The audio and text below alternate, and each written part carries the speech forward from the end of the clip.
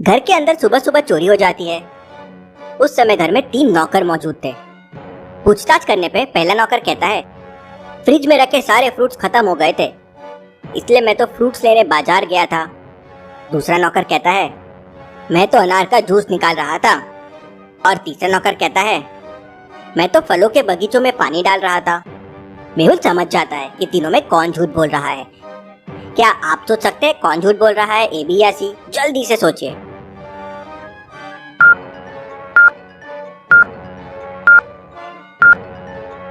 चलिए इसका आंसर देखते हैं। पहला नौकर कह रहा था कि घर के सारे फ्रूट्स खत्म हो गए थे, तो दूसरा नौकर अनार का जूस कैसे निकाल सकता है? मतलब दोनों में से कोई एक झूठ बोल रहा है। लेकिन तीसरे नौकर की बातों पे भी ध्यान दीजिए। उसने कहा वो घर के पीछे फलों के बगीचे में पानी दे रहा था। अगर घर में ही फलों का बगीचा है तो भला कोई बाजार क्यों जाएगा? जरूर कुछ गड़बड़ है।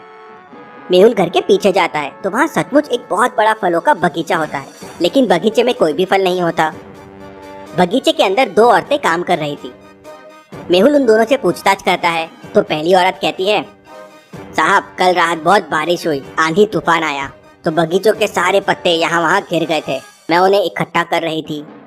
दूसरी औरत कहती है, साहब मैं तो बस आम के पत्ते लेने आई थी, मुझे कुछ नहीं पता है।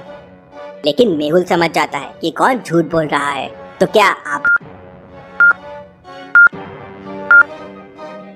चलिए इसका आंसर देखते हैं। पहली वाली औरत ने कहा कि रात भर बारिश हुई।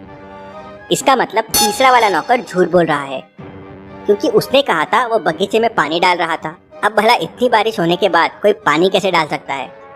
मेहुल उसे पकड़ लेता है तो वो बताता है कि मेरे साथ पहला वाला नौकर भी मिला हुआ है। और कौन कौन है तुम्हारे साथ?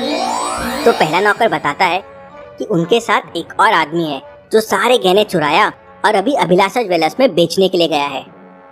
मेहुल तुरंत अभिलाषा ज्वेलर्स पहुंच जाता है। वहाँ उसे बहुत सारे लोग दिखाई देते हैं। तो क्या आप बता सकते हैं इतने लोगों में वो कौन है जो चोरी के गहने बेच रहा है? सोचिए और आपका आंसर कमेंट कीजिए।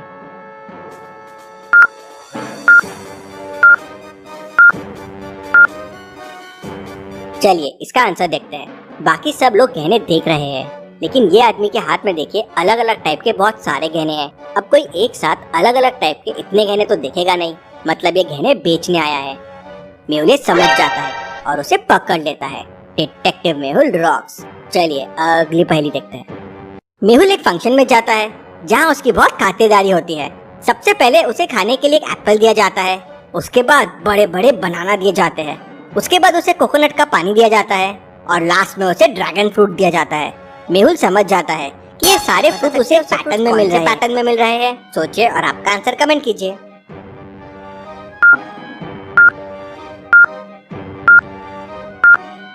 चलिए इसका आंसर देखते हैं। सबसे पहले मेहुल को एप्पल दिया।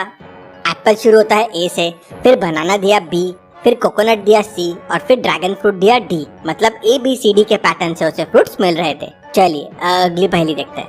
3 फ्रेंड्स एक शादी में जाते हैं। वहाँ 4 कुर्सियाँ रखी हुई थी। तीनों उन कुर्सियों पे बैठने का सोचते हैं।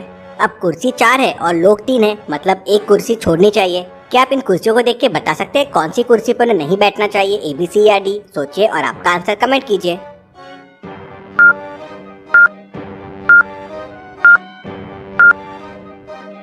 चलिए इसका आंसर देखते हैं। सी वाली कुर्सी को ध्यान से देखिए, उसके पीछे वाला एक पैर टूटा हुआ है, इसलिए उन्हें वो चेयर को अवॉइड करना चाहिए और बाकी 3 चेयर्स पे बैठना फायदा देती होगी। ए बी या सी? सोचिए और आपका आंसर कमेंट कीजिए।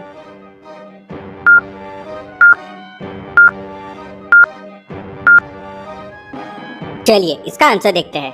तीसरी गाय सुबह और शाम 5-5 लीटर दूध देती है, तो टोटल 10 लीटर हो गया। लेकिन बाजू में देखिए उसका एक छोटा बच्चा भी है, वो भी उसका दूध पीता होगा, मतलब पूरा दूध रामू को नहीं मिलता होगा।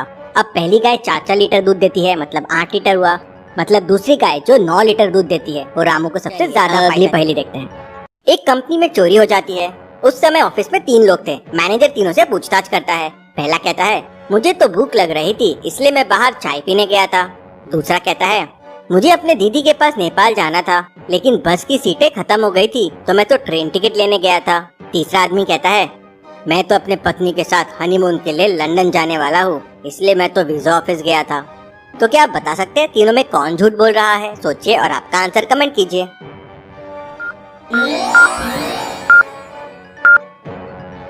चलिए इसका आंसर देखते हैं। दूसरा आदमी झूठ बोल रहा है क्योंकि भारत से नेपाल कोई ट्रेन नहीं जाती है। चलिए अगली पहेली देखते हैं। प्रशांत को अपने स्कूल प्रोजेक्ट के